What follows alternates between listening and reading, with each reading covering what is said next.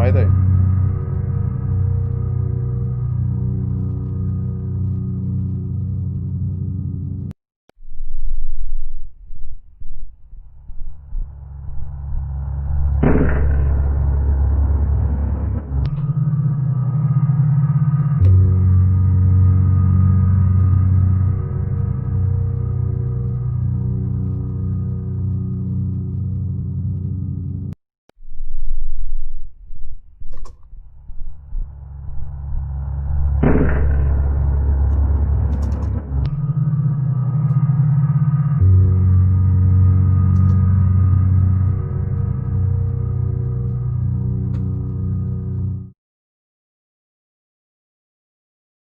All right, everyone, we are back. Make sure you have your cameras on. Make sure you check in, please.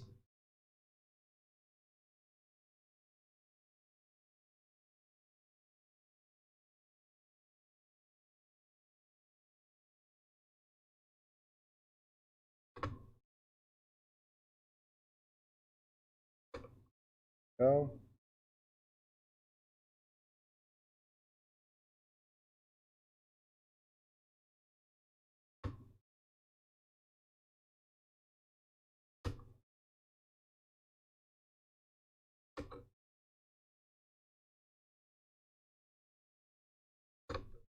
All right, guys.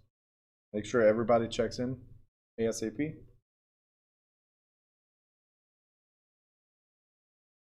Thank you so much. You could show up on camera. Nobody's gonna bite. You can't? All right, then close the door and get out, please. Sandra, don't shake your head.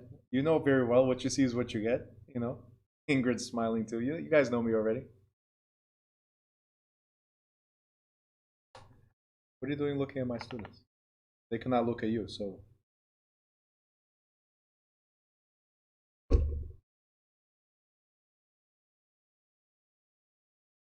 Well, Joe is right there. Patricia, I don't know. Hold on. Yeah, Joe, Pedro is looking at you.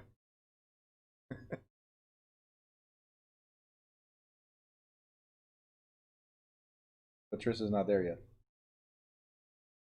Nope.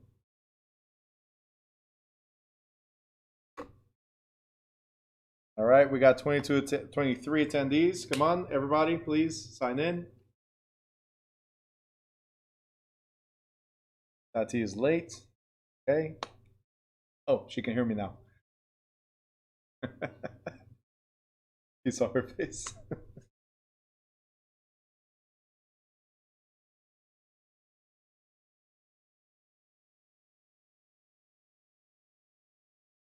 All right. Joe says she's out for tonight. Pregnancy kicking her butt. You heard that, right, Joe? Katya, no problem. All right, cool. These people, everybody has an excuse. Pregnancy. You're way more pregnant, I know. Get out of here. All right, go. Anyway, Joe's laughing. You see that? Pedro's like 10 years pregnant. Anyway.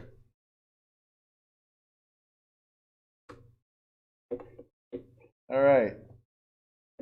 YouTubers, you're welcome to participate as well. Any questions you might have, just ask.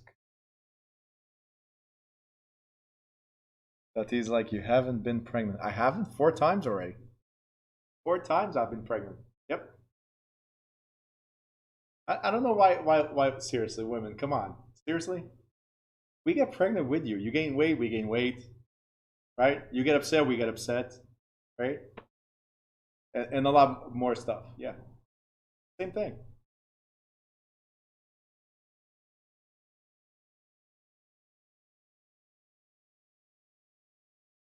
Yes.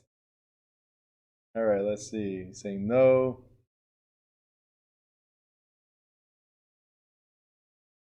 Wafa, can you please explain to me page 247?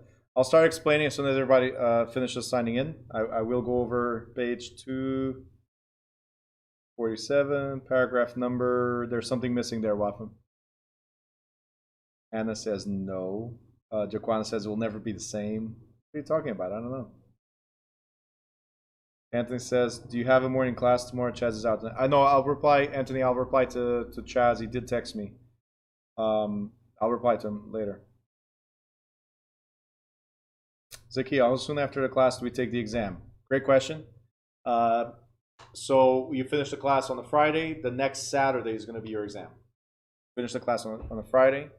The following Saturday. So not the one right after, like a week later, is when you do your exam. Jaquana's like, you have no idea. You don't have to yell at me, Jaquana. Okay? All these caps, just trying to say, and I'm not saying cap like the current generation, no cap type of thing, right? I do have an idea because I suffer next to her. So I know, yes, I do have an idea. You guys don't understand how men suffer when you're going through this. We suffer too. Sandra, why are you so mean? I was born mean. Tracy, damn, Bruno, your pockets must have holes in them. What do you mean? What are you talking about? I don't know what you're talking about. So many comments. Crypto Queen, Diana, come on. Really? You do not feel the pain? Of course we do. Absolutely we do. We feel the pain. State exam? No, class exam. After 1 week, class exam. All right, Gloria, how soon after the last class am I able to make up the hours? And do I have to wait to make up the hours to take the test? So yes, to take the test, you have to wait until you have at least 90% of the course. Gloria, for you to make up the hours, it's either you do with the morning class to make up the hours, so look at the class schedule, or you're going to have to wait for the new class in the evening if you missed more than 10% of the class so far. Oh, gotcha. 4 kids. Yeah. Chris, the idea is not the same. Fine.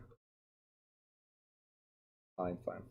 Wafa says, paragraph number 1. All right, there's still somebody that did not sign in. Guys, make sure your cameras are on. Make sure you have signed in, please. Very important.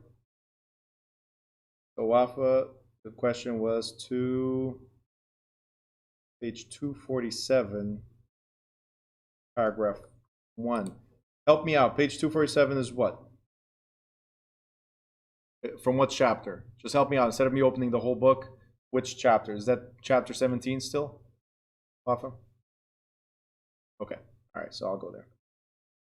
Because I don't see the same way as you do. I divided this in chapters to be a lot easier for me. But I'll go over it. All right. I don't know if you guys saw in the group chat. As I'm waiting, there's still a few people that did not sign in. I have somebody on YouTube, so welcome, YouTubers.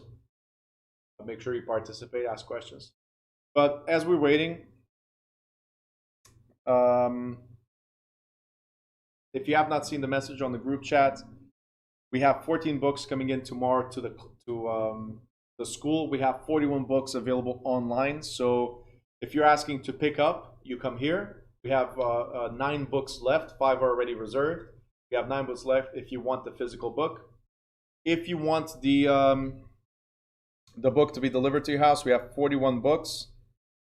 Depending on what you pay for, it will either get to you faster or slower. So if you pay for the basic, it will get to you, it could be 5 to 7 business days.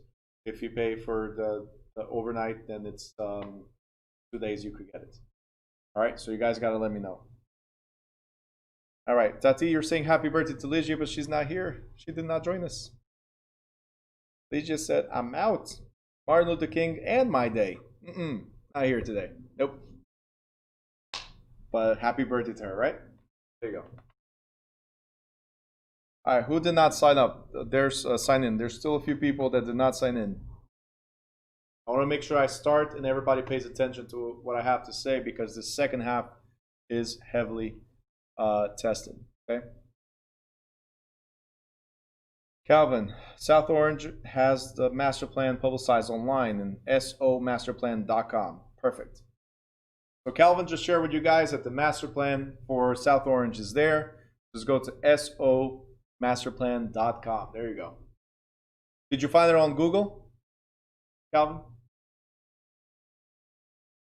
Right? Make sure your cameras are online, please. If your cameras are not on, it does not count.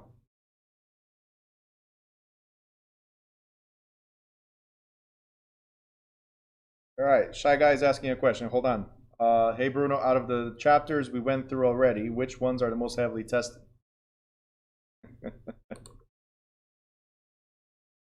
Sorry, Victor. Jeff and I were talking about you. That's why.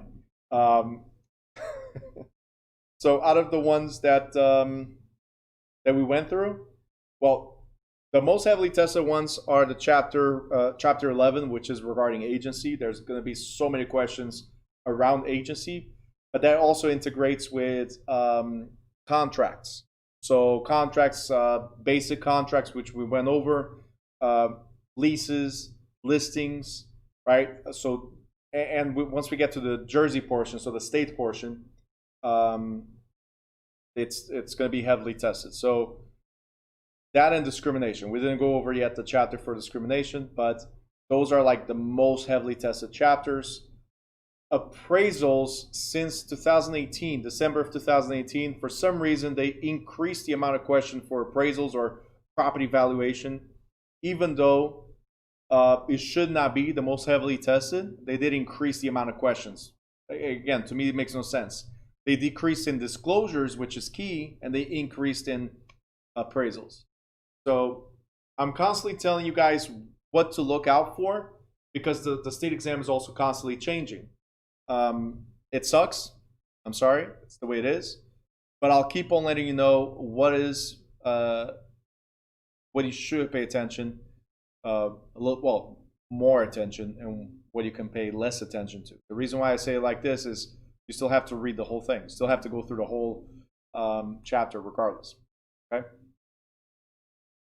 And Victor, I know you're in listen mode. I just like to mess with you because that's the first thing they ask me to mess with you.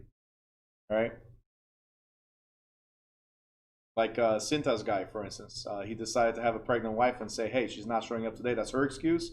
I'm still waiting for Joe to say tomorrow, like, hey, today is me that's pregnant, so I'm not coming in. She's covering for me. You know? So, what it is.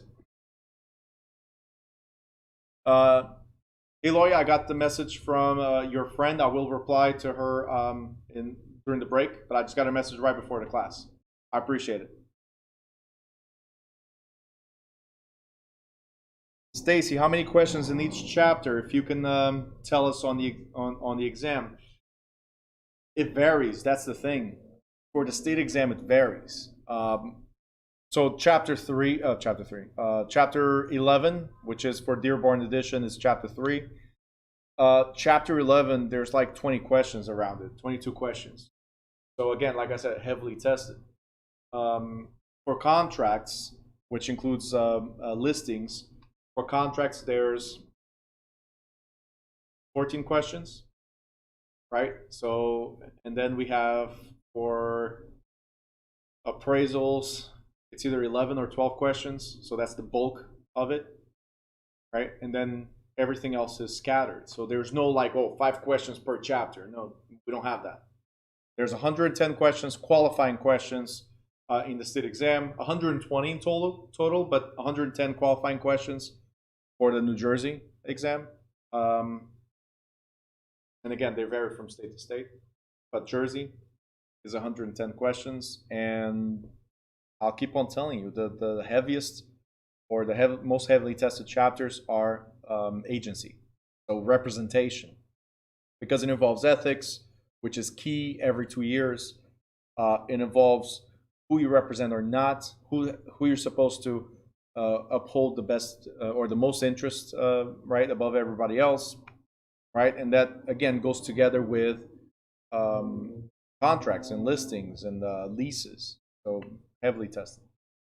If you can pass those, like if you can focus on agency and contracts, I can guarantee you that the rest is easy, right? The rest is more common sense than these are, right? Because this you have to think. The way they put the scenarios. The other chapters are more like definitions, right? But agency and listings and contracts, they're more like scenarios. And when it comes to scenarios, you really, really have to pay attention to what the question is asking. Otherwise, you get lost. That's how it is. All right, did everybody check in? We ready to start? Thumbs up. Everybody checked in?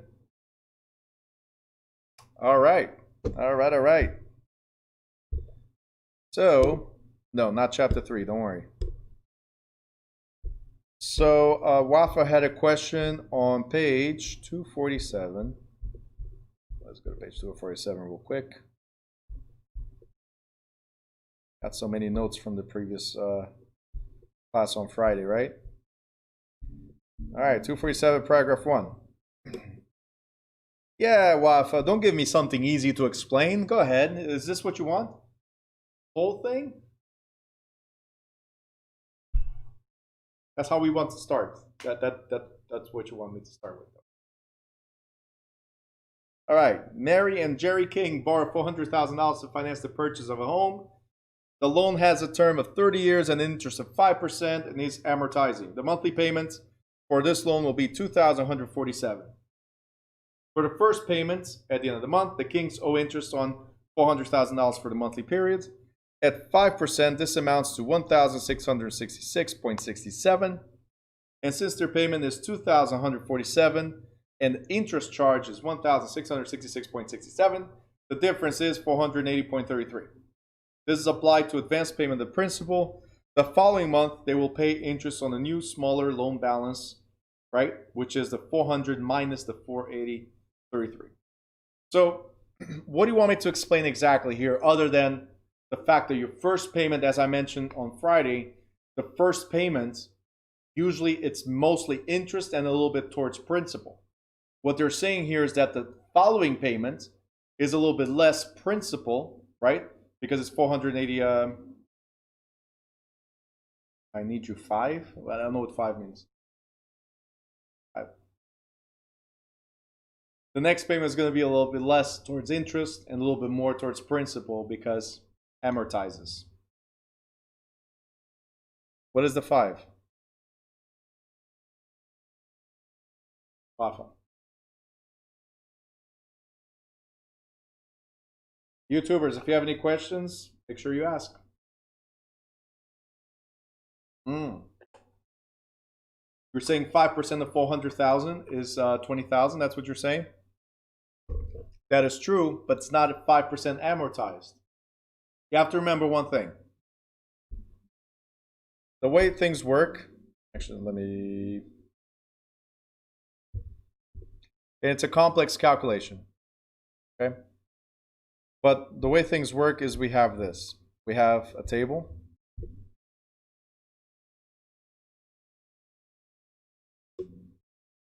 Right? And there's 0, there's 30 years. Okay? You borrow 300K.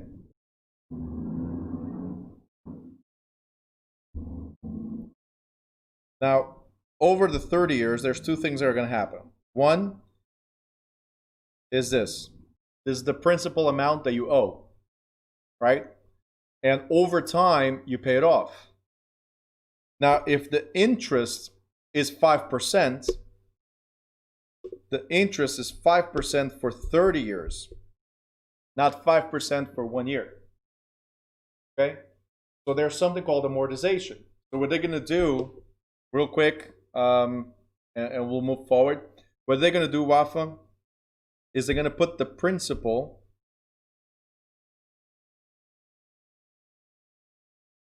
towards the end. So this right here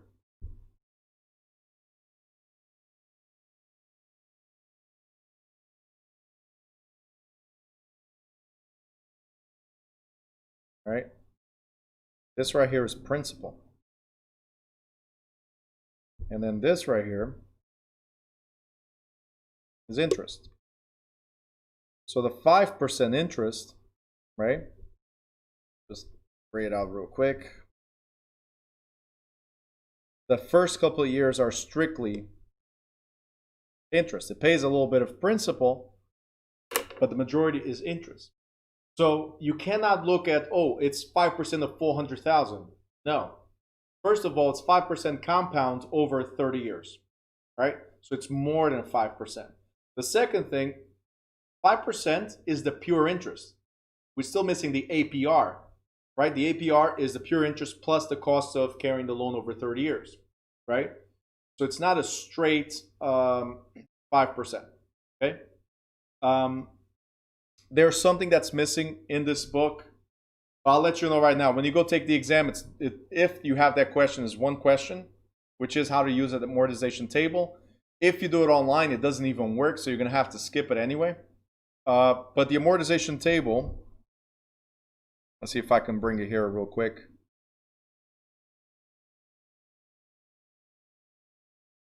Because I did send it out to the creators of this book, and that's why I'm making my own book.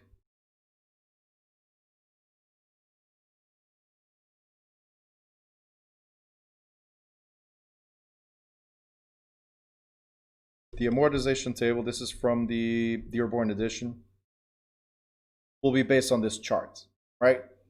So if I borrowed the $400,000, Wafa, and at 5%, right, for 30 years, this is the number that it takes to amortize, right? So 537. If you do 400 times 5.37, it should match close to 1.666.67, all right? So it should be very close to it. That's how much you have to pay to amortize over 30 years. Your monthly payment, principal and interest, would be that. You understand? So I can share this with you at a different time, maybe at the end of the class if we have time. If you have a question, it's going to be one question, so I wouldn't be too worried about it. Okay? Just remember, it's not 5% of it. It's 5% plus interest, so compound interest over 30 years, right? There's no way to easily calculate. All right. Meanwhile, all right, Narges, here we go. Go ahead and check in. In case you haven't noticed, you're late. One of those things. You're behind on the bill. All of a sudden, they're turning off your electricity. You're turning off your water or foreclosure, and you're like, "What? Me? Right? I didn't know I had to pay." How it is. Sorry, I had a meeting at work. That's not an excuse. That's the same thing as Joe's wife saying, "Oh, I'm pregnant." Not an excuse. You still can be here. Saying it's not an excuse. Like work and pregnancy is more important than being here. Seriously, what's wrong with you people?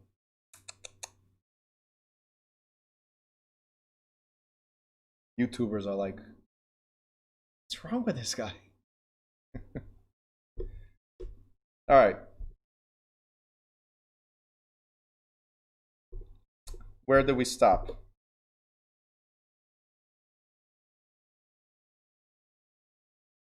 Wait until she hears that? Go ahead, tell her. You want me to send her a message, Joe? I can do it. Not ashamed. All right. See page 2, 5, right here. Cool. All right, and I said we're going to start in cash qualifications, right?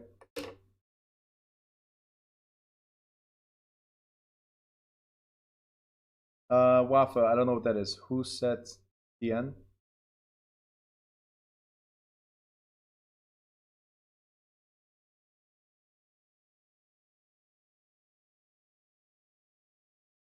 By the way, Joe just, Pedro just answered.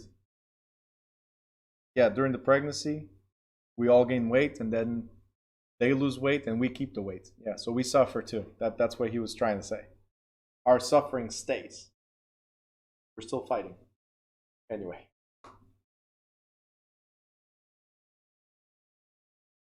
Cash qualification.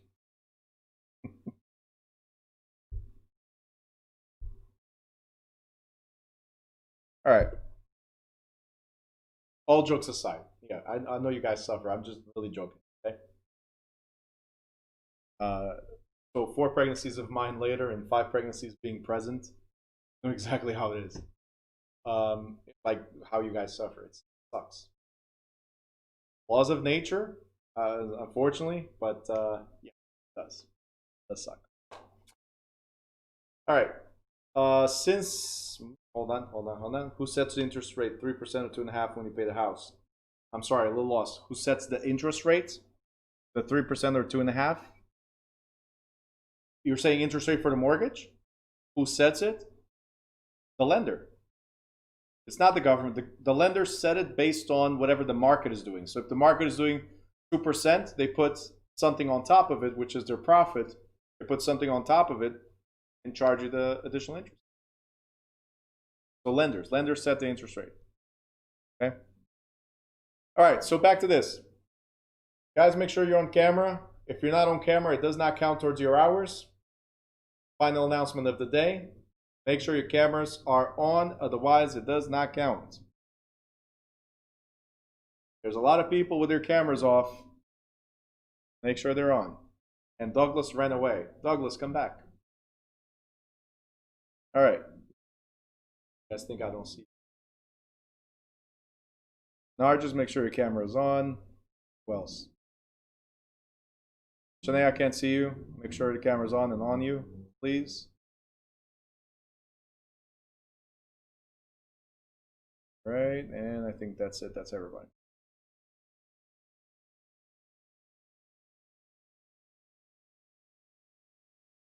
Excuses again. These people in work. I don't know why you work.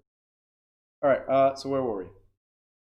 Cash qualification. Since a lender lends only part of the purchase price of a property according to the lender's loan-to-value ratio, a lender will verify a borrower has the cash resources to make the required down payment.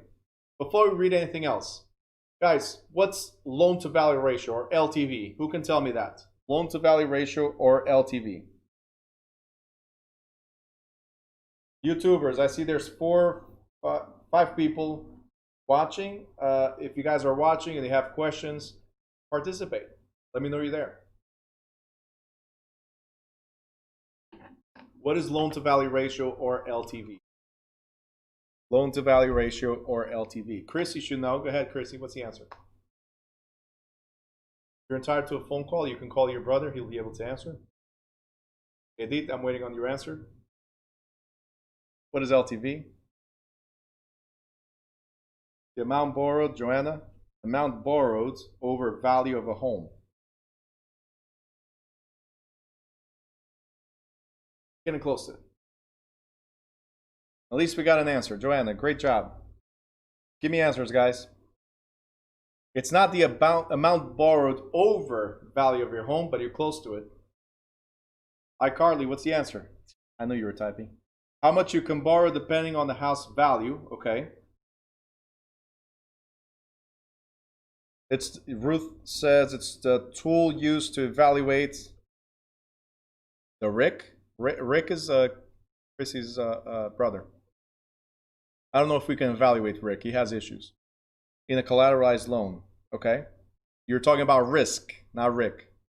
Right? So it's the tool used to evaluate risk in a collateralized loan. Okay.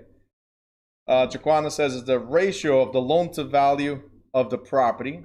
Okay. But Tati says it's how much they lend you versus the purchase. Okay. Get in there. YouTubers, participate.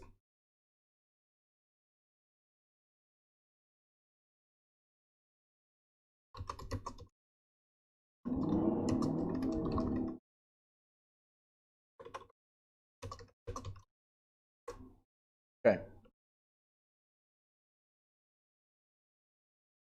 All right. Chrissy called, and the answer was the amount of money you can borrow in the loan depending on how much you qualify. Okay. Close. Katya says ratio. Deal with it. Nothing else. That's why it's called loan to value ratio.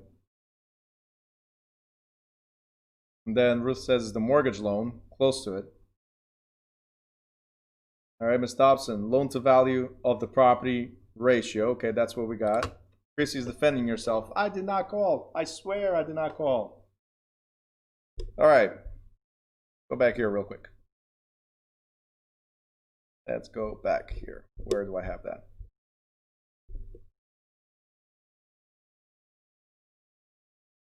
Did I delete it? Okay, here we go. Loan to value ratio. So usually, so I went back, usually the loan amount or the max that they'll lend to you, right, is based on 100% of value. Usually value is the same as the purchase price, unless you agree to pay more for the property than what it was worth. But usually purchase price and value will be the same. Usually. He didn't answer it. All right. Loan to value. The LTV is the maximum loan amount they'll lend to you against the value of the property. It's the max that they'll lend to you against the value of a property. And the difference between LTV and the purchase or value of the property is down payment. So the difference is down payment. Okay? And vice versa. If they give you the down payment, right, it's based on the purchase price or value, whatever the question says, right? And the LTV is, in this case, 96.5, which is the difference between purchase and down payment. So these are interchangeable. Down payment and LTV are interchangeable. One is the opposite of the other, always based on 100% of value, right? Which again, most of the times, for state exam, most of the times is the same as purchase price. Okay? So, as we were reading right here, the lender is going to give you a loan to value ratio. So let's say it's 80%. For you to get approved, what's up, Nancy? Got Nancy on YouTube. What's up? What's up? Loan to value ratio. So for you to get approved for that loan to value ratio, like 80%, let's say, then you got to show the lender that you have the cash qualifications. What does that mean? You got at least a 20% down. There's more requirements than this, but at least show me you got the down payment. Otherwise, you're not getting approved, right? And that's what we have here. The lender will verify that the borrower has the cash resources to make the required down payment. If some or a borrower's cash for down payment comes from a gift, look at this, a gift from a relative or a friend, then the lender is going to require what's called a gift letter. What is a gift letter? See, you don't have to have the money.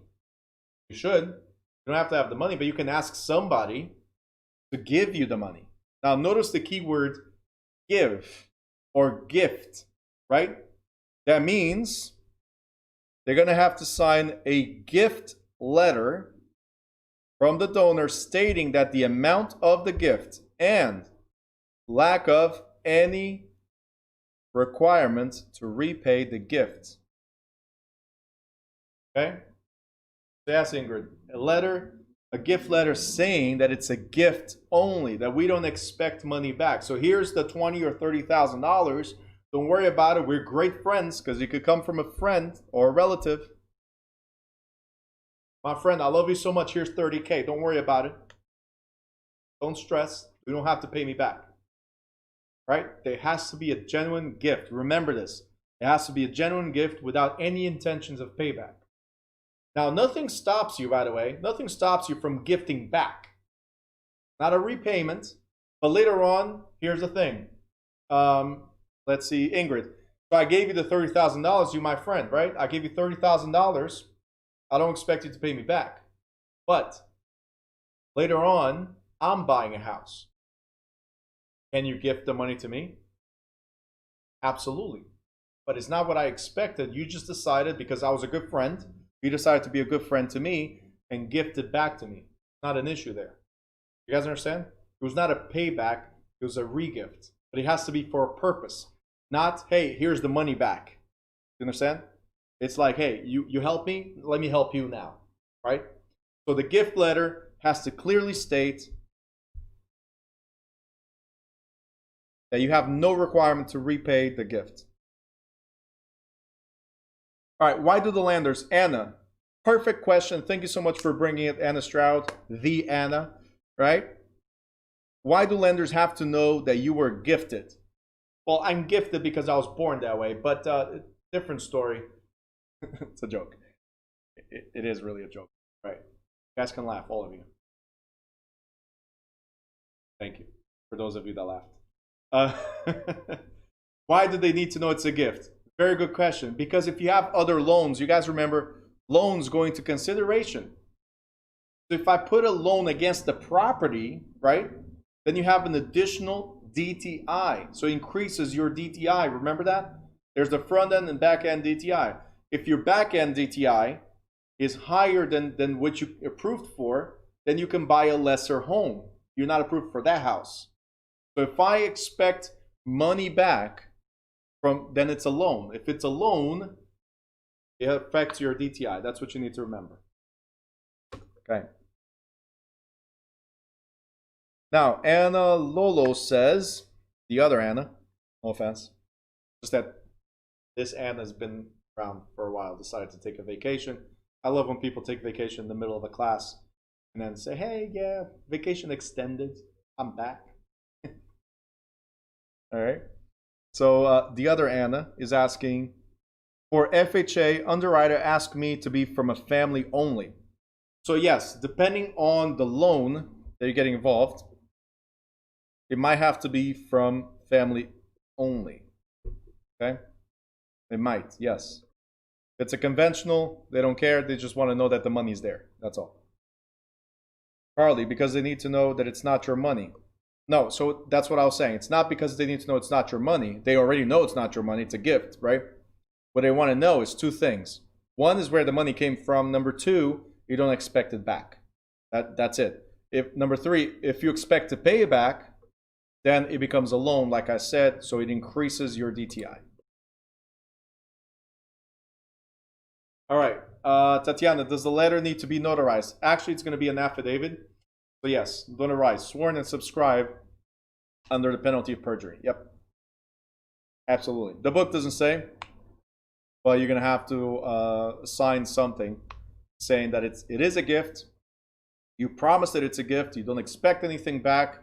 And it's going to be sworn and subscribed. Yep.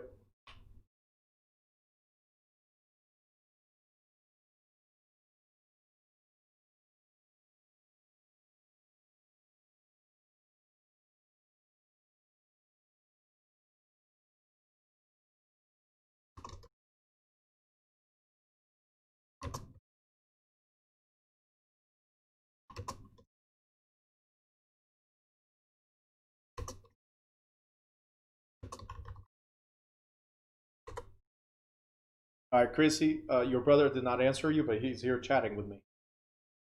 Sucks. Brothers, right? Sisters. How it is. My sister doesn't answer me either. Anyway. Net worth. Who can tell me what net worth is? Or why, what it is, or why a lender needs to verify your net worth? Anybody?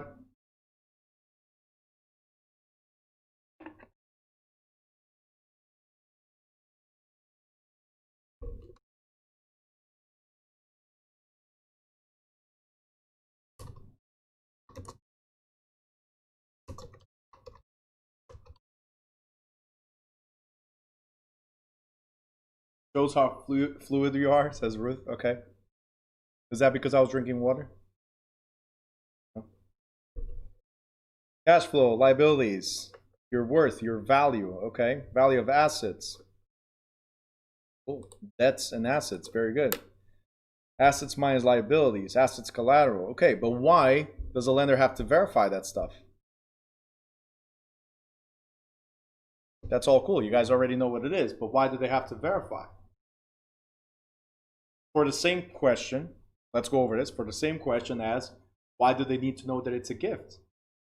They also need to know that you don't have an extensive amount of liabilities. Because if you have an extensive amount, let's say you have another property. If the liability is too high on that other property, could it affect the approval on the new property? Absolutely. All right. So these facts or net worth, right, are important to a lender as indication of the applicant's ability to sustain the debt payment in the event of a loss of employment. So they want to know what is your current financial status. Net worth is everything you have. Everything you have. Deducting, of course, the liabilities, what is left. And if you were to lose your job, would you still be able to pay regardless? That's your net worth. Gross is without liabilities, without expenses. Net worth is what's left, what's liquid, like some of you are replying. What about the next one? Credit report and credit score. Why is that important? Why do we need to know your credit score? Well, nowadays, thanks to Fair Isaac and Company, right? The FICO score. Nowadays, the thing is they need to look at a number that determines your ability to pay. Determines your ability to pay, and that sucks. Because it could have been a mistake. Maybe you lost your job, or maybe you went through a divorce. Maybe you wind up in the hospital, and for some reason your insurance did not pay everything. And now you have this hospital bill, and it affects your credit report, right? It sucks because a number makes you a statistic, and that statistic determines your ability to pay. Remember underwriting? You guys remember all that?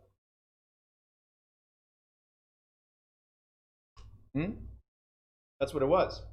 The underwriting is the risk assessment. So they take into account all this stuff in order to be able to evaluate what type of risk are you, how much money you have left. If you lose your job, are you going to be able to still pay? The value of the property, I already told you LTV, right? Gift letter instead of lending or borrowing money, right? To make sure that you don't have an additional burden on you, right? All this stuff goes against you. So they want to know everything. Now, here's the thing about credit that you must know. Here's the thing about credit that you must know. As part of the Fair Credit Reporting Act, FCRA, Fair Credit Reporting Act, if you ever get denied for a mortgage, and if you were taking, we don't talk much about it here, but if you were taking the mortgage class, you would know this. According to the FCRA, Fair Credit Reporting Act, if they deny you for financing, right, and this is whether it's a credit card, auto loan, mortgage, right, if they deny you for credit, then they have to give you an explanation why.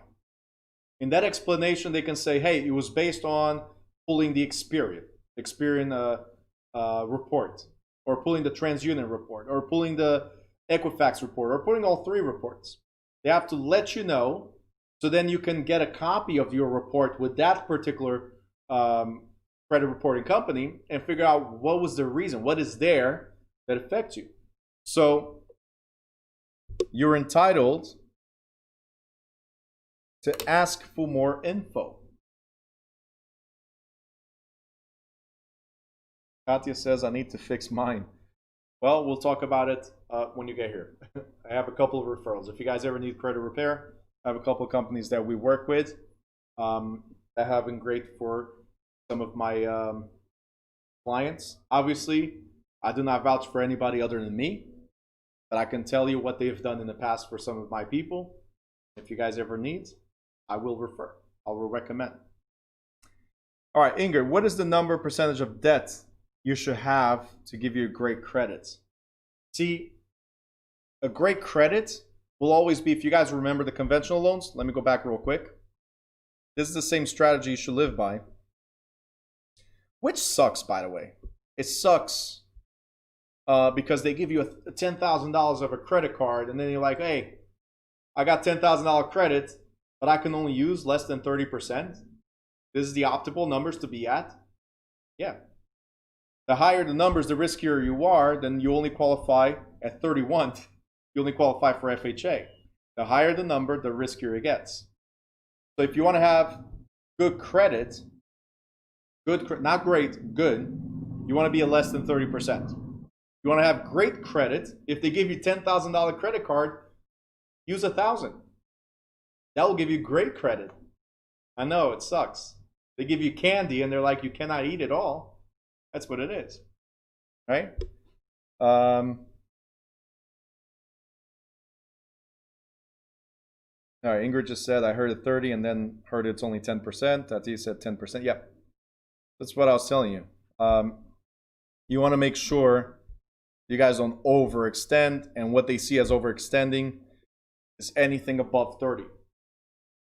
So you go from low risk to medium risk to high risk. As soon as you're above 50%, you're high risk. Because all it takes is a hiccup, and that's it. A hiccup, you go to the hospital, you have a hospital bill, and boom, that's it. It screws up your credit. All right. Drops your score even when you pay on time. All right, the whole thing about paying on time, you guys need to remember, obviously you should always pay on time. But if you use 100% of your credit limit, like say the $10,000, let's say, this month, all you got to remember always is that they run on a 28-day cycle. So right before the closing of your statement, not the due date, the closing of the statement. So you got to be very, very careful and be able to manage all your credit cards. But if the due date is on the 1st, let's say, the closing date was probably like 7 days before, as an example, right? Because it's the closing date, and then they give you, it's 4 to 7 days before. And then they give you the end of the statement and the due date.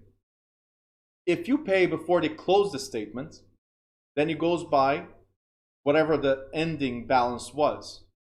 They might look at you as a risky user because you're always at the top of your balance. But if for a couple of months, let's say 4 or 5 months, you do this, you always you use your cards as a checking account, and then you pay it off or leave just a little bit for them to bite, right? Because credit card companies, they need to make money. That's the bottom line. They need to make money. If you're using it strictly as a checking account and you pay it off 100%, what money are they making, right? So there's pros and cons to everything, and you guys need to find the natural balance there. I use my credit cards as a checking, but I always leave a little bit for them to bite. Meaning, let's say I spend $100, I pay off 90, I give them 10% for them to charge interest on, as an example, right? I use a credit card for gas, I use a credit card for some bills, and another credit card for other bills. The reason why we do that, even with a business, that's what we do. We don't pay anything debit, we try to pay everything credit, and then pay off the bill before we get charged the high interest on. Right? But as long as you're below the 10%, you have excellent credit. If you're below the 30%, you have good credit when the statement ends. If you're above 30%, you will become risky. All right? So be very careful with that. All right, next thing we have is loan commitment. Loan commitment. So you're an amazing, amazing person. Everybody loves you, but your credit score sucks. Are you going to get a loan commitment? No, because what is a loan commitment? A loan commitment is, hey, I don't care about your personality, but I looked at your numbers. And after I underwritten your application, I verified that you are now qualified. You are qualified based on your score, you're qualified based on your income, you're qualified based on your employment. So therefore, we are committing to lend money to you if nothing else changes. So loan commitment is like you having that pre-approval. A loan commitment is, listen, remember I told you, let me shred your credit cards, let me break your hand, the one that signs everything, right? As a matter of fact, don't breathe over the next 3 months. Until we close, do not breathe. Do not change jobs, do not spend more than what you have right now, right? You guys remember this? That's your loan commitment. We are committed as long as your current situation does not change. But I don't know if you know how people are. I'm approved, right? And I mentioned to you, I'm approved, but I want that car. I really wanted that car. I love that car. If I'm approved for $400,000, what's a $40,000 car? A $40,000 car is $600 a month. You guys remember how much $600 are going to hurt you? You remember those numbers? Let me know.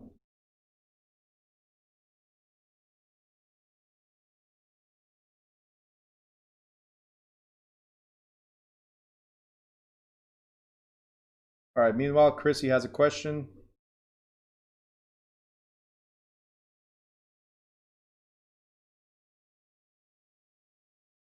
Does it matter that the credit cards that you have, example, the more the better?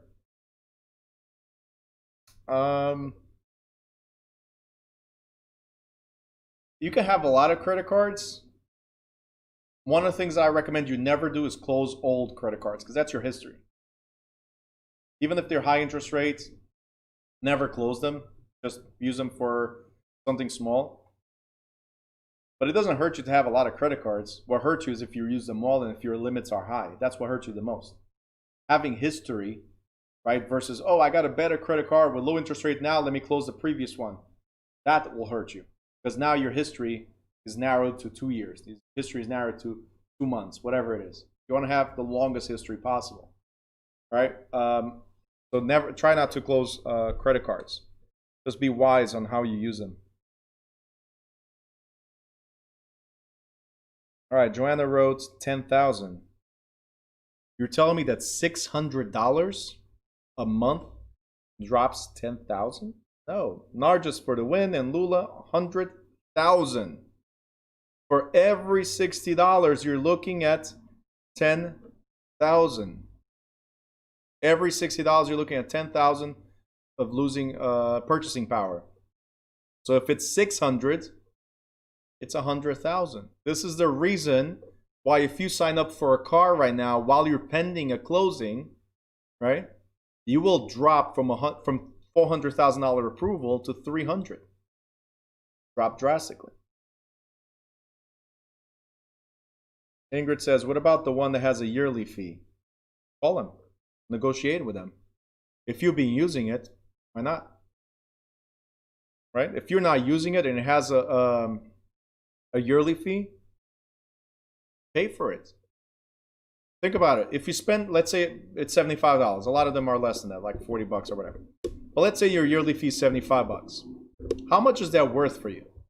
$75 on a credit card that gives you $10,000 limit as an example. How much is that worth for you? To buy a house?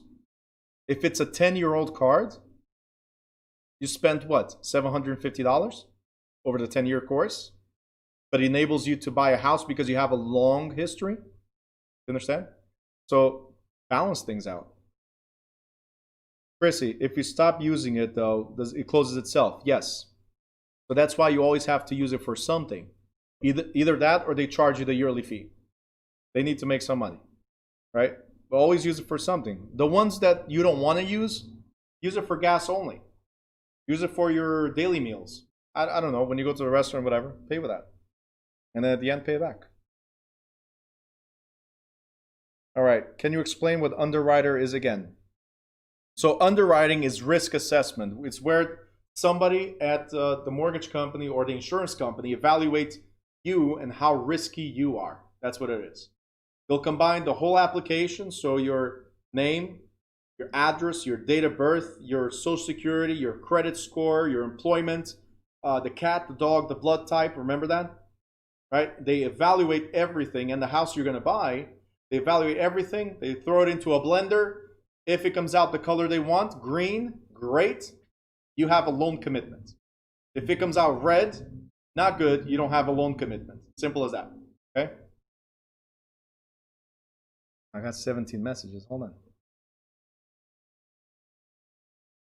All right, Tati, I already explained that. If you close a card, it hurts your credit, yep. Carly, so loan commitment does not equal loan. It equals loan if nothing else changes. Absolutely. It equals loan. The thing we have to understand is it only becomes a loan at the closing table. Until you close, a lot of things could change. If the property does not appraise last minute, if you change jobs last minute, if the house is destroyed last minute, right? If the seller backs out last minute, it never becomes a loan. So a loan commitment is them saying, right? It's them saying, I will lend to you if nothing else changes. I will lend to you if nothing else changes. That is a loan commitment, all right? Now, there's a firm commitment, if you guys see right here, that's a straightforward offer to make a specific loan at a specific interest rate for a specific term. So yeah, you were approved, Carly, for $400,000 for 30 years at 5%. You are approved. Subject to appraisal, inspection, right? And you not making any changes in your life. That's it, okay? A lock-in commitment. The name already says it all. If you see lock in, that means they're saying they'll lend to you as a specific interest rate. So if I told you right now, let's say Edith mentioned last week mentioned 2.75%, right? I'm gonna lock the rate at 2.75. What does that mean? That your rate, if you close within the next 60 to 90 days, right, whatever they determine, 60 days or 90 days, if you close within that period of time, your rate is going to be 2.75%, regardless of what the national rate now is. So let's say 2.75. Let's say 90 days later, the interest rate is 4%, right? Because you have a lock-in, doesn't matter if it went up. Your rate is still 2.75, okay? What if it goes down 90 days later when you go close? What if it goes down to 2%? It does not matter because you locked at 2.75. So it protects you, but it also hurts you. Now, what I can tell you is we are at historically low rates, 2.75, right? Or even less. Those are the averages, around 2. Let's go 2.5 to 3. Let's stay right there for now, right? In low purchases, not much of a difference. In high purchases, huge difference. 0.25 makes a huge difference. But let's say it goes down to 250. You don't have much of a loss. But what if it goes up to 4%? What if it goes up to 5%? Because if we're at historically low, then most likely it's only going to go up. You want to lock every time. You understand? If we're at high interest rates, you don't need to lock. You know that there's only two things that can happen. Right? It either stays or very close to it, or it drops as it's been doing. Jaquana, I have here a hand up. You have a question? Can you lower your hand, please? Respect the class. Don't just put your hand up if you don't have a question. These people. You don't know? Okay, there you go. All right. All right, we have a few more people in class. I don't know if you guys signed in already. As I'm reading the next question, make sure you sign in. All right, let's see. Ingrid, how many commitments can you have at one time for the same mortgage? What do you mean for the same mortgage? The mortgage is approved by a lender, right? A lender, one lender. So you can have a commitment by one lender for one mortgage. Can you go to a different lender and get a commitment from them and say, hey, this one's better than yours, so drop yours because I'm moving on with this one. Until the closing date, you can switch lenders at any time. Is it advisable that you do that? Well, you should shop around. That's one of the things we're going to talk about. You should shop around for other lenders. You're not stuck to one lender, right? Just make sure you don't change the realtor. Everything else, it's fine. You can change lenders if you want. The realtor, never. The lenders, I don't care. Okay? But you can, I'm just kidding. But you can change realtors, you can change lenders at any time. The only thing you have to think of is, depending on where you are in the stage of the transaction, there might be some penalties or charges. That's the only thing. But can you switch? Yeah. Antar, if you switch lenders like that, doesn't that hurt your credit if they run it? Well, the key word is if they run it. And if it's within a certain period of time, it doesn't affect you because you're getting approved for the same purpose. Right? So as long as a new account shows up on your credit, you can have like 10 inquiries. Same thing they do with the cars. They run your credit 100 times to get approved for the purchase of that one car. So let's say they run 10 times your credit.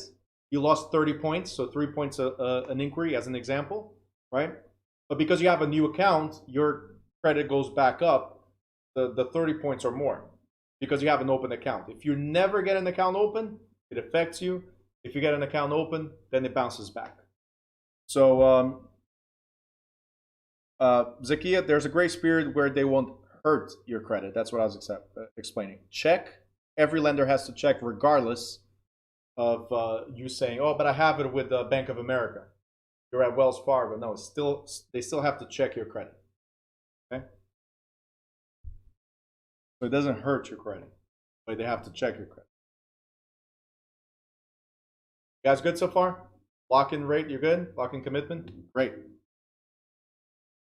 Perfect. Conditional commitments. So it's a conditional commitment offers to make a loan if certain provisions are met. So this kind of commitment generally applies to construction loans. So construction loans, they'll give you a loan, or they pay you out if you complete phase one. Once you complete phase one, they'll give you money to pay back whatever you already did, so on phase two, and so on. Next, we have takeout commitment. The same thing is for constructions. Usually, it's when you go from a construction loan to a permanent loan.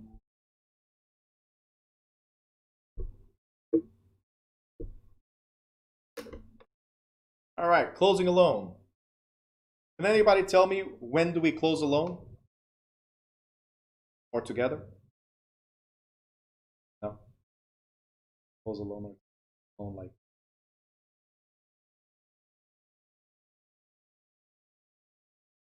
I thought it was fun. All right. When you pay off? Nope. When transaction is completed? Antar, what do you mean by that? Ruth said, what you said? Are you asking what I asked, or what? Or are you making a statement of what I said? When do you close a loan? Carly. iCarly says closing time. Isn't there a song? Closing time. Right? Something like that. When you get the final approval from the bank. Nope. Funds are deposited at closing. Boom. There you go. So closing of the loan usually happens at the closing. At the closing. But, pay attention, the lender typically has deposited the funded amount into the escrow agent. So, when do you close a loan? When the money reaches the account. It's closed, the loan. And then we move on to the actual closing. All right? So guys, the closing of the loan is not the payoff. There's two closings that happen at closing. It's the closing of the loan when the money's transferred, and the closing of the house when the title is transferred. So two closings happen at the same time. Okay? So once the money is deposited, the escrow agent, so title company or the closing attorney, at that point, they transfer the paperwork. At that point, they transfer the paperwork, and now the title to the property is transferred and recorded according to the legal procedures in effect at the time of closing. So two closings happen at closing. The loan and the title. Two closings happen at the same time. Remember that.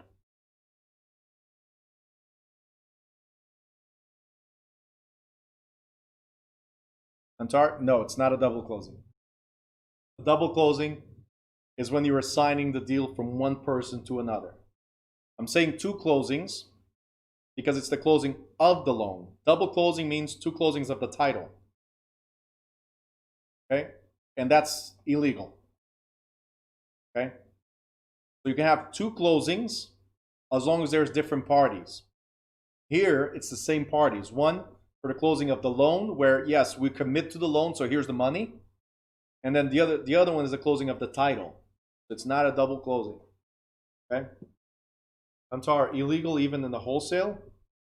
Like I said, the question is, are there two people, two different transactions? If in the wholesaling, there's only A and C, that's illegal.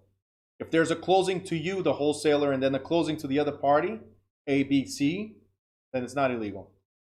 Don't forget, you're part of the transaction. You have to be part of the transaction. So a couple of years ago, when the market was crazy, right? The market was ridiculous. We had A to C transactions, and you get paid a check without even being on title in any way, shape, or form. That was illegal. Now, having two closings on the same day is okay. It's the closing of the loan to you, Antar, and then the closing of the loan from you to the new person. right? And that's why you need what's called transaction funding, for instance. Transaction funding is to help you conclude the transaction. Okay. Anyway, so the whole wholesaling thing, we'll talk about it in another time because we're looking at real estate salesperson course. But if you ever need help with wholesaling or investing after you complete this, funds or anything like that, we have great resources for that as well. Okay, both for hard money lending and transactional funding. All right, Lula, what about a VA closing from a conventional loan to a VA? Well, if you go from conventional to VA, that will be a refi. If it's the same person, that it's not closing of the loan. You close the VA loan, but you pay off the conventional loan. Why would you go from a VA from a conventional to a VA? Beats me. I would take advantage of VAs all day long and convert them to conventional. I'll explain that in a different time, but I would never go from conventional to VA. I would go from VA to conventional so I can free up the VA for more. All right, but we'll talk about that in a different time. Lower interest is not always the key. Zero money down. But anyway. Guys, like if you want to be in the investing game, you need to know how to maximize your resources. Some people go all cash. I hate people that go all cash into a deal. If the market goes down, you're stuck. Oh, but hard money lenders, regular lenders will not give you the money. Hard money lenders charge too much. Yeah, for the 3 or 4 months that you're using it. And if things go wrong, the only thing you have to lose is what you put in, like 10,000, 20,000, let's say, versus 200 or 300. So you don't have much to lose. Anyway. Got to be smart about your money. Okay. All right, laws affecting mortgage lending. We're going to spend some time here. So we're going to talk about Truth in Lending or Regulation Z. We're going to talk about ECOA or Equal Credit Opportunity Act. We're going to talk about RESPA or Real Estate Settlement Procedures Act. And National Flood Insurance Act, I'll just skip it because it's flood insurance. You should know this, right? So let's cross these for now. I'll explain later. These are the key ones you need to remember. Reg Z and RESPA, okay? Reg Z or Truth in Lending is the true cost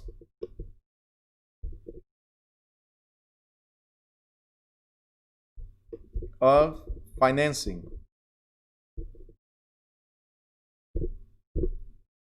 RESPA is the true cost of, hold on right there, it says Real Estate Settlement Procedures Act. So let me stop right here before I move forward. Settlement. What do you think settlement is? Before I write the next word. What do you think settlement in real estate? What do you think settlement is?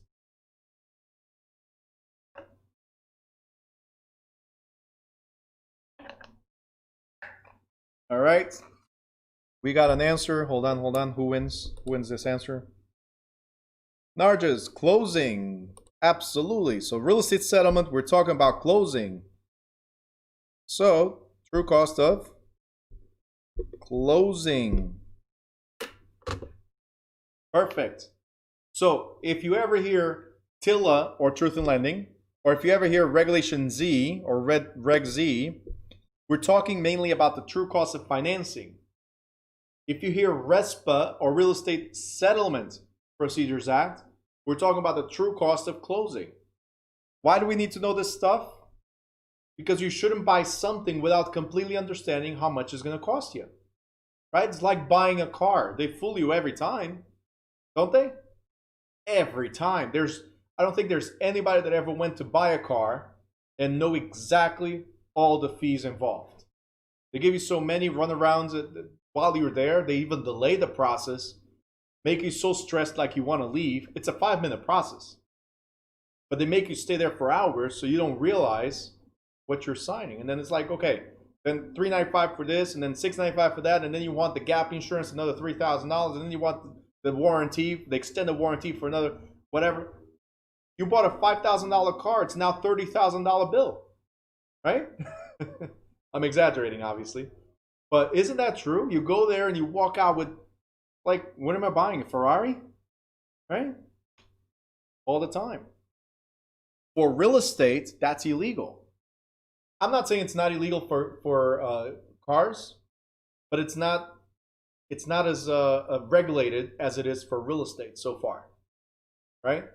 So for real estate, these two laws right here, especially after October 3rd, 2015, right? 5 years ago, they changed the laws and they integrated these two, not the ones that I crossed out, the other two.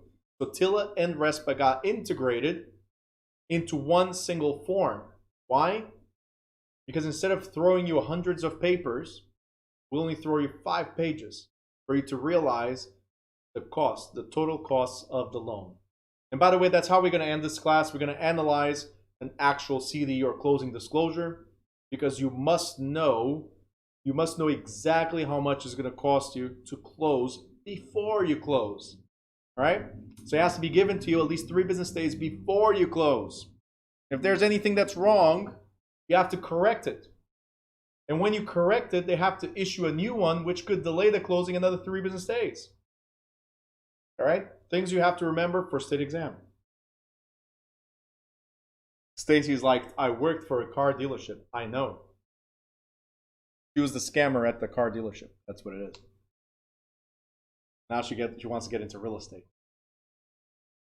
All right? Another X to go to the States. Sorry, you're not getting your license. Crossing you out. All right, what else? I thought TILA was part of usury and RESPA was kickbacks. So, all right. I'm glad you brought that up. So TILA gives you, the reason why they have to give you all these disclosures is part of it is to make sure that you're not falling under usury. Like they're not charging you. They're going to give you the true interest rate, right? The APR, like I said. And you're entitled to make sure that all the numbers that are there are not deceiving numbers. So whatever they give you up front, they have to give you in the end. So if they promised you a 5% and the charges are going to be X, Y, Z, right? When you get to the closing, it should be 5% and then X, Y, Z. There should not be many changes unless you agree to those changes. You understand? That's what it is. So to protect you from usury, that's part of it. To protect you from usury, they have to state the actual costs. RESPA, they have Section 8, which prohibits kickbacks. So, Denise, all that we're saying is, and we're going to go over all this, all that we're saying this is that every single closing cost must be given to you. Imagine going to a restaurant, right? And I like to give always these restaurants or something that's your daily activities, right? As an example, imagine going to the restaurant, you go there and you order food, right? And by the way, true stories, this happens all the time if you go for big parties, right? Let's say 10 people or more. You order food for 10 people, and then one person orders a Coke, the other person orders a wine, the other person orders a whiskey, right? Coke is the easiest one, right? Sodas, right, are the easiest ones to slide into the bill, right? But I used to work in the restaurant business, so I know exactly how this part works. As soon as they see that there's this person that orders 2, 3, 4 Cokes, or 2, 3, 4 whiskeys, or whatever, guess what they do? They add more. At the end of the day, did you count for them? Most of the times, people don't count how much they drank. Even water, most of the times, at the end of it, you don't even count.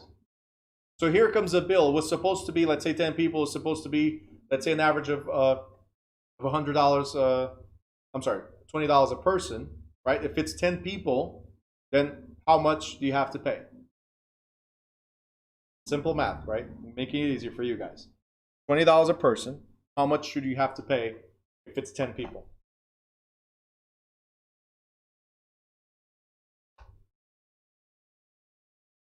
You guys are cheap as hell. You forgot tip? $200? You forgot tip? And you forgot tax? Come on. Right. Let's say 250. Let's put tax and tips, whatever. Let's say 250, just even it out, right? if your bill comes $300, shouldn't you look at the bill to see if anything was added, right? If your bill comes $350, $400, and so on, right? So that's what I'm trying to say. The Truth in Lending and the RESPA is pretty much giving an itemized, right, description of everything you're going to pay. It's like having the itemized bill for you to look at. Say, wait a minute, I did not order 10 Cokes. I only had 3. I did not order 10 whiskeys. I only had 2, right? So where they try to fool you, happened in the past, still happens, where we try to fool you, right?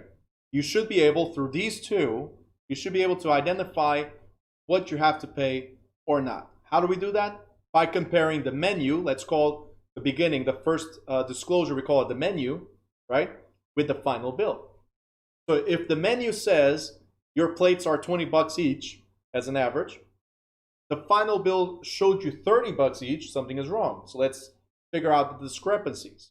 If there's a difference between these two, you can dispute. That's what, again, Truth in Lending and RESPA, right?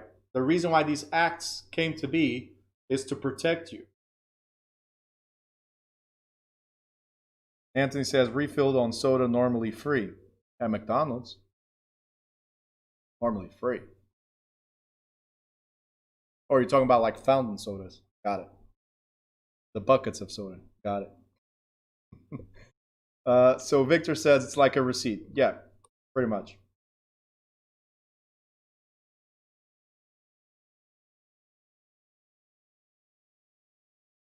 All right. Let's go over this. TILA, or Truth in Lending Act, and Regulation Z. So the Consumer Credit Protection Act, enacted in 1969 and since amended by the Truth in Lending Simplification and Reform Act, or TILA for short, Truth in Lending Act, is implemented by the Federal Reserve's Regulation Z. Regulation Z applies to all loans secured by a residence. It does not apply for commercial loans. Okay? So when you look at TILA, remember this. There might be a question in the state exam or school exam that says it applies to all except, right? If you look for something that has commercial on it, well, that's the except. Okay? Or it says it applies to none of these except. Then you're going to look for residential because that's the except. All right? So TILA applies only to residential loans.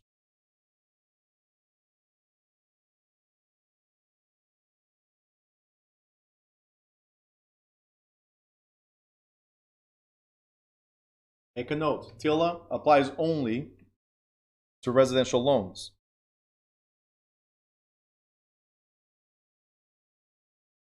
Now in 2010, Dodd-Frank Wall Street. Hold on. Chrissy says, will it say TILA? No, it will say Truth in Lending Act. Or just Truth in Lending Disclosure. Something like that. The reason why I'm saying TILA is because as we go forward, we'll say TILA. Might show up a couple times, TILA. So Truth in Lending Act. Usually, by the way, usually none of the acronyms show up. None of the acronyms. The reason why I love acronyms so much, just like RESPA, as we'll talk about, right? RESPA, it's the Real Estate Settlement Procedures Act. The reason why I like acronyms is because they're easier to remember than the whole thing. And then when you look at the answers, whatever matches an acronym that you know. Just easy reference, okay?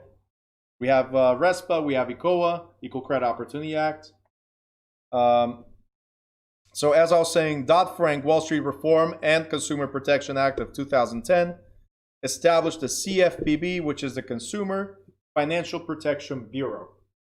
So they created the CFPB, obviously, to protect consumers by carrying out federal consumer financial laws.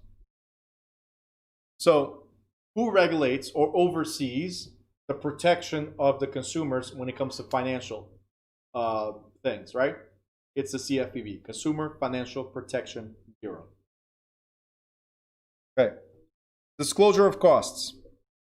Under Regulation Z, a lender must disclose all finance charges,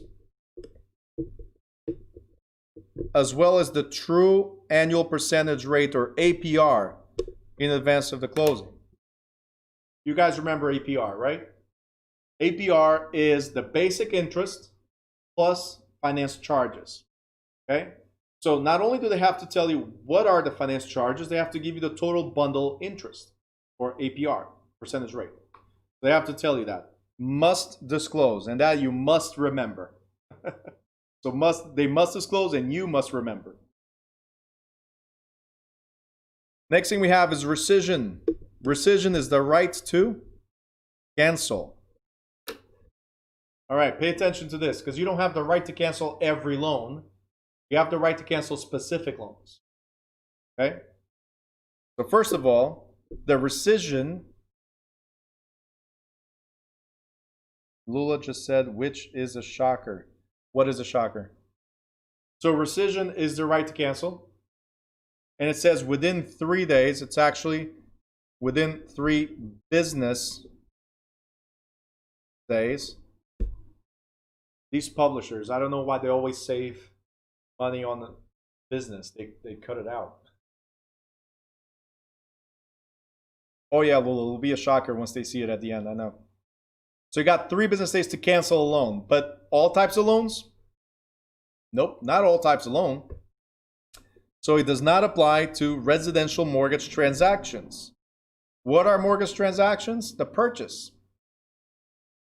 So the rescission right, it's for refi only. The right to cancel a transaction. The right to cancel a transaction is for refinancing only. So if you buy a house today, can you cancel the loan? No, because you closed, right? If you refinance tomorrow to a new loan, you have 3 business days to go back to your original loan. After the 3rd business day, it becomes a completed transaction. At this point, you're stuck with a new loan. Okay? So for purchases, the right of rescission does not apply. For purchases, the right of rescission does not apply. Okay? You could have canceled everything before the closing. From the day of the closing and on, that's it. You cannot cancel. Only refis.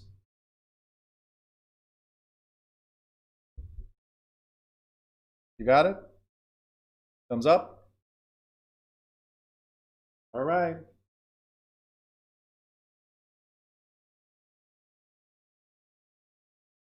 So if it says right here, it does not apply to mortgage loans used to finance the purchase or construction of your primary residence. So it applies to refi only, not for the purchase. So Tatiana, it's not the regular loans, it's any loan used for purchase, right? It does not apply. Once you refinance that purchase, let's say a year later, 2 years later, 10 years later, the refinancing portion, for state exam, remember this. There's other exclusions, but for state exam, remember this. Or if you're taking the actual mortgage class, then I'll go more in detail. But we'll stay right here for the real estate class. For state exam, remember, if it's a refinance, if it's not a purchase, right? If it's not a purchase, then you can cancel. You can revert to the previous loan. If it's a purchase, then you cannot cancel or revert anything. That's what you got to remember. All right. Advertising.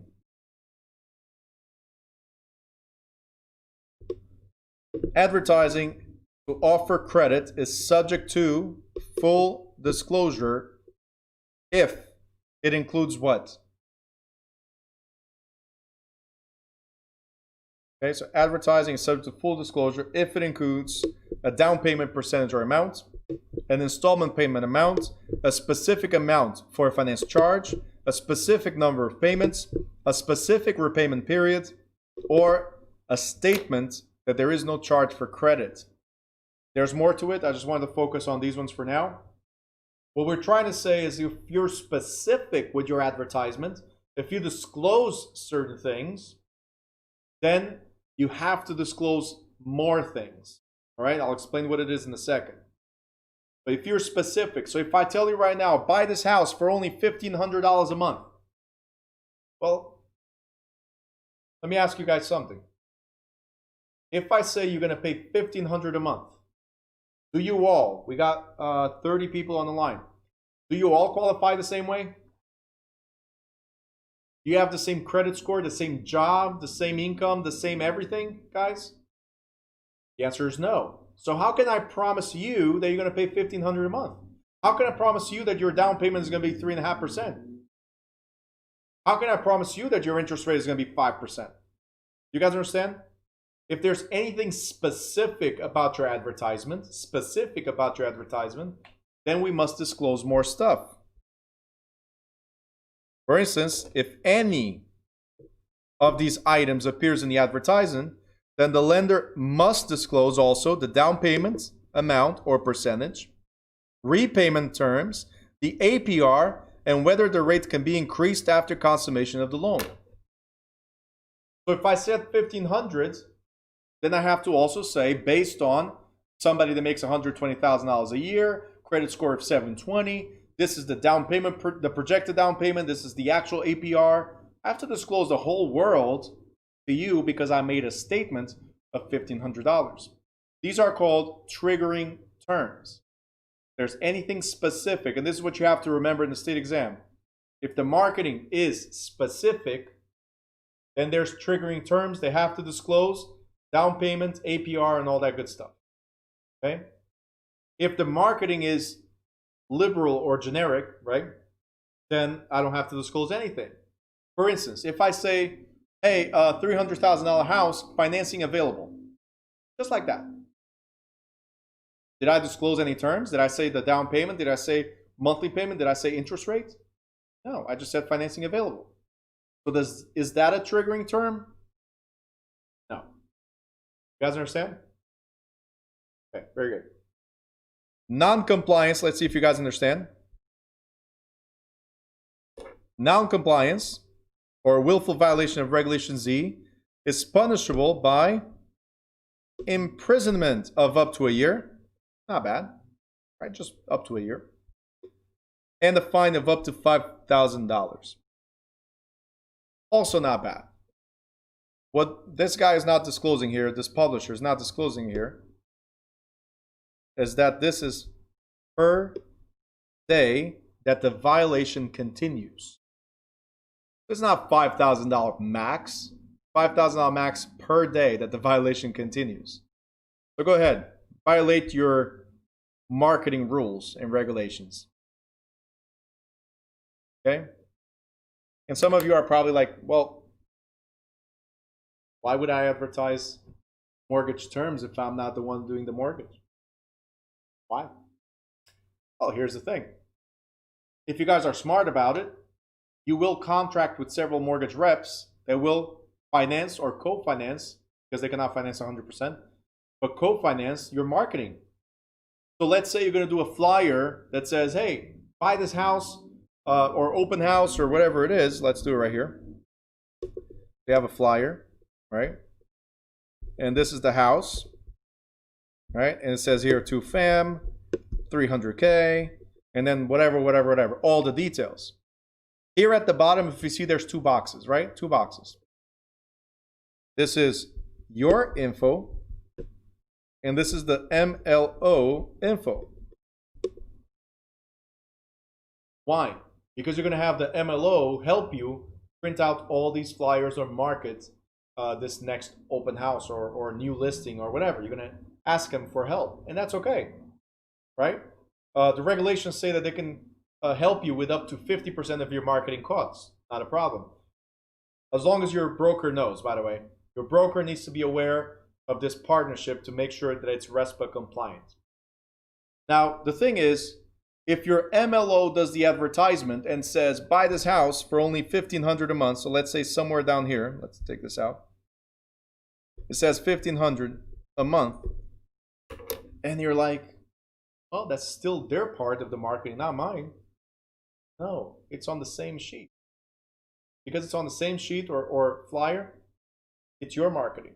you could be liable for these marketing damages as well. So the $5,000, you could be liable for that as well. So you got to make sure whenever somebody promises anything with you, we got to make sure that they're compliant, because if they're not, you are liable as well.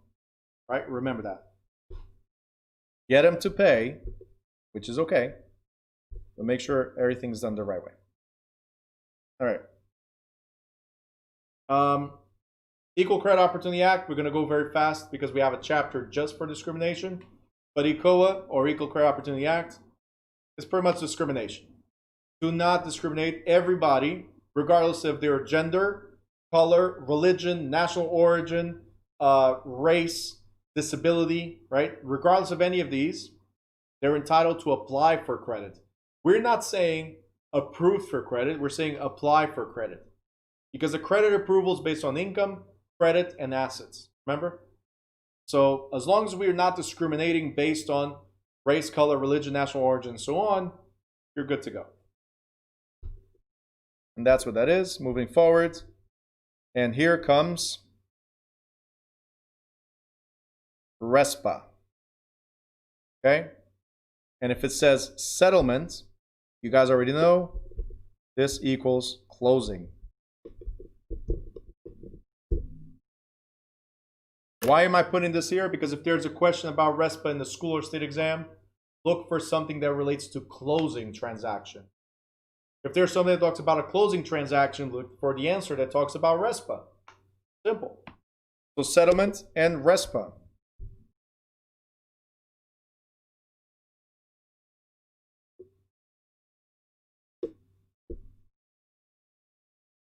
RESPA says that you're entitled to know the settlement costs. Settlement costs. Very important. RESPA, just like Regulation Z, applies to purchases of residential. RESPA and Regulation Z apply to residential only.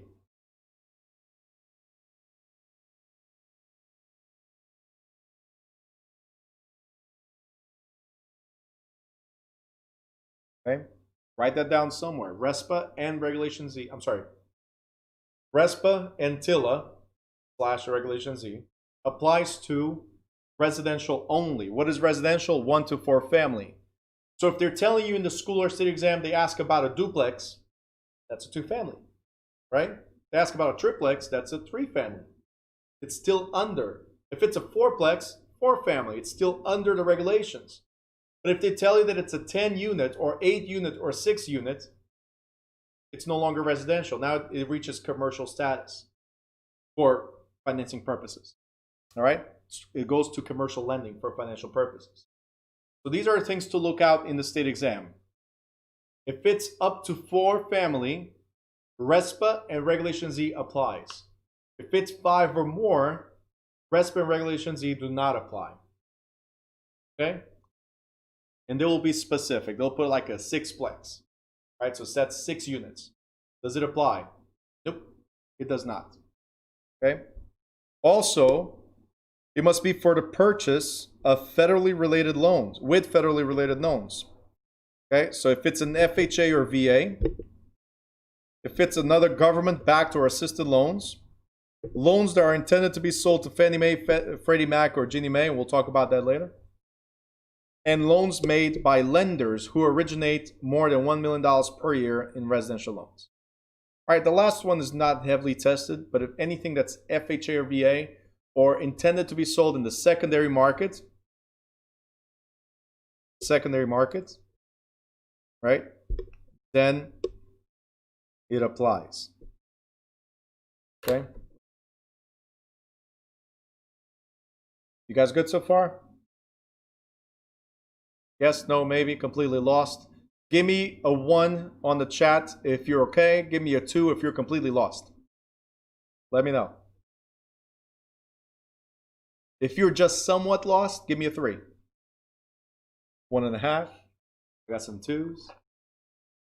3s. Hi, Carly, you lost? All right, ask me questions then. Don't just be lost. Ask me questions. Where are you lost? What's your question? Let me help you out.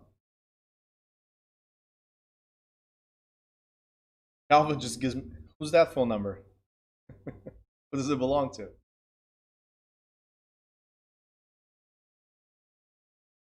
Questions, where are you guys lost? Let me know how I can help you.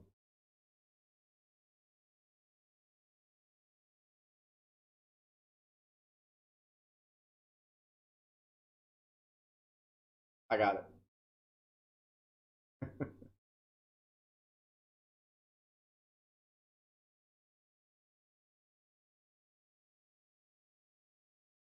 Right? I don't see questions coming through. Ask me questions. Harley, type faster. Katya's like the whole chapter. Well, I can't go back to the beginning of the chapter.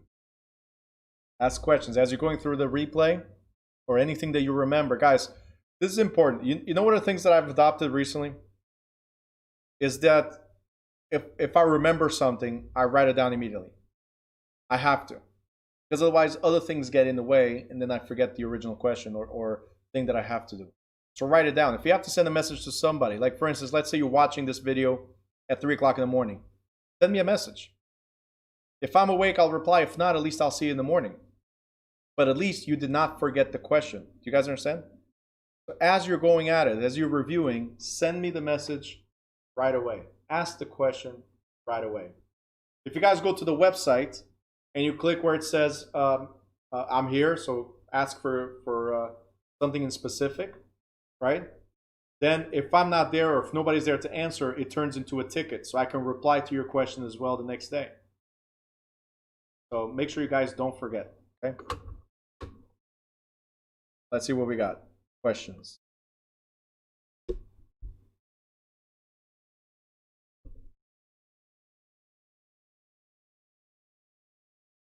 Harley says God lost on related loans. Okay. So both of these, you need to remember that they're for purchase of residential homes only. Okay, that's the first thing to remember. Purchase of residential, Carly. Okay, that's the first thing. The second part of it is that if it's a cash transaction, it does not apply. If it's conventional, it does not apply. But if it's a federally related loan, like Veterans Administration or Federal Housing Administration, so FHA or VA loans, then the restrictions and the fact that they have to disclose everything and anything, right, to you applies. So this is the one you must remember the most. FHA and VA-backed loans. So anything that's government-backed, these apply. The restrictions. What are the restrictions? The fact that they have to disclose to you the costs of lending and the costs of closing, settlement. So anything that's FHA or VA or any other government-backed loans, because the states also have their own types of loans, right? RESPA applies to that. HILA applies to that, okay? Or any loan that's intended to be sold in the secondary market, right? I'll explain that later, but if you guys remember, I was asked on Friday, hey, what about when it's transferred from a bank to another bank to another bank to another bank, right? It's always being transferred from banks to banks. Well, they're being sold on the secondary market. That's what it means, right? So anything that's intended to be sold, you must be aware. Why? Because there's costs. There's transfer costs, right? And they'll charge you those costs. So you must be fully aware of the APR because those costs are included, okay? All right, Chrissy wrote, so that's the most important thing to know about RESPA. It's only for 5 or 4. Okay, you corrected. Not 4 plus, 4 family and under. Chrissy wrote, let me show you guys. I'm not lying. She wrote 4 plus and under. I don't know how we can go 4 plus and under, but 4 plus and under, okay? New term. 4 family and under, yes.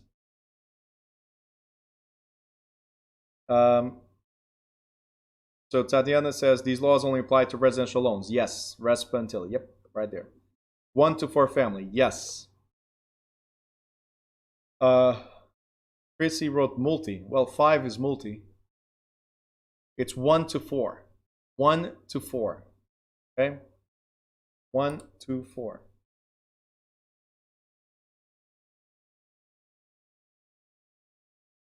One to four family. Carly, you good? All right. Good. Who else? Let me see.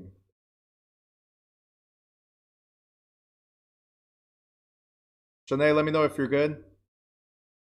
Jaquana, Gloria, these are the 3s that I got. Carly is good. Katya, whole chapter. Gloria, let me know. Right.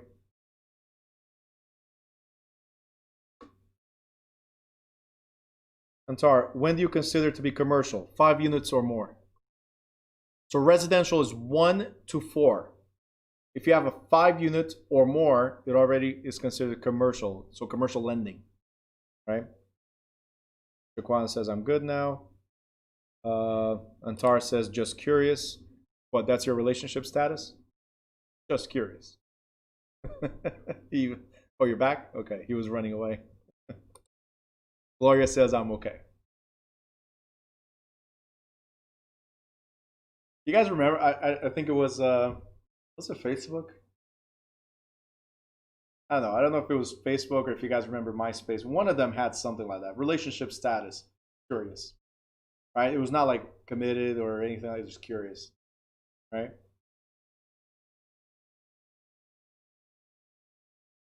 All right. Chrissy, can you use FHA on the commercial? Nope. We're going to talk about FHA also in the second half. Tatiana, different laws for commercial. Yep. Commercial is like a totally different animal and basically no laws. Lawless. You can almost do whatever you want as a realtor, and for lending is also different. So Katya says MySpace.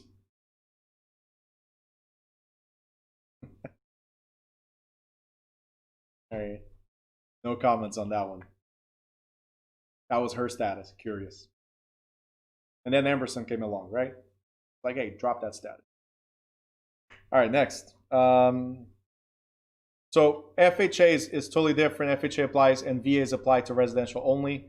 When you go to commercial, these are conventional loans. So it does not have government backing. So up to 4 units, you have government backing. So FHA, VAs, and so on. All right.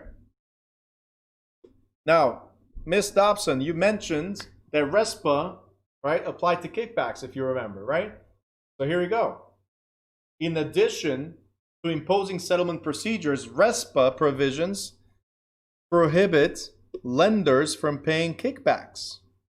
What is a kickback? Kickback is very simple. Let's say I'm an MLO, I'm a loan officer, and I refer business to you. Okay? I have somebody that's pre-approved, ready to buy. You cannot pay me for providing you somebody ready to buy, and vice versa. I refer my clients all the time to MLOs, and I don't expect to get paid. I expect good service from them. If they fail me, hey, moving on to the next one. That's just the way it is. So the best way that you can refer me or pay me a kickback is by servicing my clients properly, giving them the best service ever, right? And I'll do the same or the best I can, vice versa, right? That's the way it goes. But no, we cannot expect kickbacks. We cannot expect money or unearned fees unless you also have a loan officer license and you participated in the deal somehow. All right? It's the same thing, guys, as you referring to your cousin or your cousin referring work to you and not being licensed. Can you pay them? No. Okay? So unearned fees are prohibited by RESPA.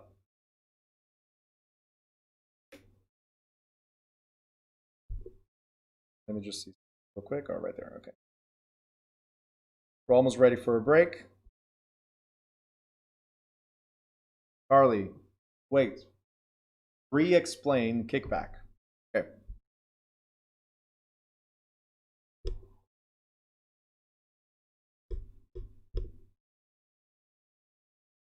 A fee, kickback is a fee paid to the real estate agent for referring a borrower to the lender. So a kickback is you're a loan officer and I say, hey, Carly, approve my client, please. And by the way, I want 1% of whatever you do. It's me asking for money or you offering me money for the referral of the client. I cannot get paid with a real estate license. I cannot get paid on a mortgage transaction. With a mortgage license, you cannot get paid on a real estate transaction. You understand? So a kickback is me giving you money for every referral. It's almost like a finder's fee. Thank you for finding me a client. Here's some money. I cannot pay you. You cannot pay anybody that's not a licensed salesperson. Okay? A loan officer cannot pay anybody that's not a licensed loan officer. So if you don't have a license, you cannot make money off of that transaction. Narja says, wait, but I know, hold on. But I know people who do that or used to do that. Oh yeah, all the time. All the time. I've been approached several times. We've been approached here at the real estate office. We've been approached several times by people that say, hey, I want to give you money. Every deal, X amount of dollars. Right? That's illegal. Antar, is it safe to say that this happens under a table? Illegally? Yes, it does. Illegal. Robin, are gifts considered kickbacks? So, under the Department of Banking and Insurance, here in New Jersey as an example, the max that you can gift is $25, whether it's an insurance or real estate transaction or lending transaction. Max you can gift is $25 a year for that person. That's it. Anything above $25 is considered a kickback. Yep. You cannot give gifts. Right? I get like there's a mortgage company that gives me $5 Dunkin' Donut gift card. Like the max is 25. Give me $25 for coffee, not 5. Right? But they only give me $5. I don't know why.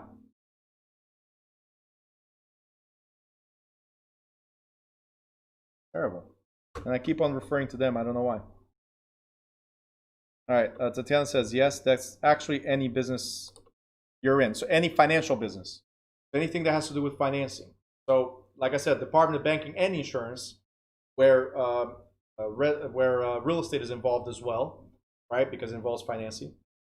The max is $25, right? So anything financial. Sender says because they're cheap. Maybe. Possibly. Anyway. I don't care. As long as they take care of my clients, that's what matters. The moment they stop taking care of my clients, that's when they lose the business. Simple. All right. Now, to assist in informing and educating borrowers, RESPA requires that lenders provide the loan applicant with the loan information booklet and the loan estimate. We'll go over this more in detail in the second half. There's disclosures. And the consumer, look, this is all in green. That means the whole section is important. Okay? Very important. We're going to go in more detail in the second half, but the Consumer Financial Protection Bureau, CFPB, requires lenders to use 2 specific forms to disclose settlement costs to the buyer.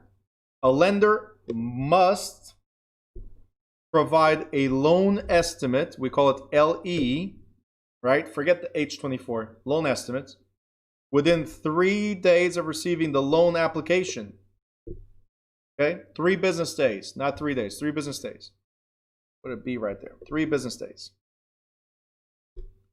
And they must allow you to see the CD or closing disclosure within 3 business days before loan consummation. So before closing, because that's usually when the loan is closed, right? Or consummation of the loan, or you taking over the loan, right? So before 3 business days, at least 3 business days before the closing, they must provide you with the CD or closing disclosure. Why? So you can compare the LE, the menu, remember, with the receipt, with the closing. Like, this is how much you have to pay for it. So you have to compare both, and there shouldn't be any change, right? Also, a lender must provide a copy of your home loan toolkit. The home loan toolkit explains everything that's in this chapter. It explains how the credit score affects you. It explains down payments, the different types of programs, FHA, VA, and so on. It explains discount points, which you guys already know, which is paying points to reduce the overall interest rate. So you pay upfront to reduce the overall interest rate. And closing procedures. So it discloses all this stuff. Settlement charges, title charges, recording and transfer fees, reserve requires, deposits required, tax and insurance escrow deposits required, any other fees and charges, and total closing costs. All this must be given to you up front. Now when you get to the closing table, say, hey, by the way, we need $20,000 to close. Oh, but I just gave you $20,000 as a down payment. Yeah, but there's closing costs, right? It's not a last minute thing. You should be aware before you get there. All right, if you don't get it, Joanna's asking, what if they don't give it within 3 days? Well, if you don't get it within the 3 days, you can dispute it. In fact, you don't have to close until you get it. And they have to give you enough time. So again, the 3 business days before closing, they have to give you enough time for you to be able to close, understand everything that's there, and close. So let's say you get the CD at the closing table. Oh, I've never seen this before. First of all, nowadays it's impossible because you have to sign it and agree to proceed, right? But if that happens at the closing table, you can say, well, I didn't have a chance to review all these. I need to make sure that these are correct, right? And that stops the closing and moves it another 3 business days, right? So you cannot close until 3 business days after you received and agreed to the CD or closing disclosure. All right? Federal law requires that if you have a property that's located in the flood zone, you also have to have flood insurance. That's common sense, right? If you're in the flood zone, you got to have flood insurance, right? All right, we're good. All right, with that being said, we're going to go into a quick break. And second part, we're going to go into the mortgage market.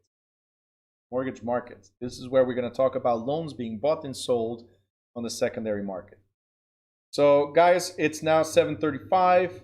We'll be back. I'm going to give you 10 minutes to recharge. We're going to be back at 7:45. All right, YouTubers, I'm going to close this session. I'm going to go open another one when we get close to 7:45. See you guys in a bit.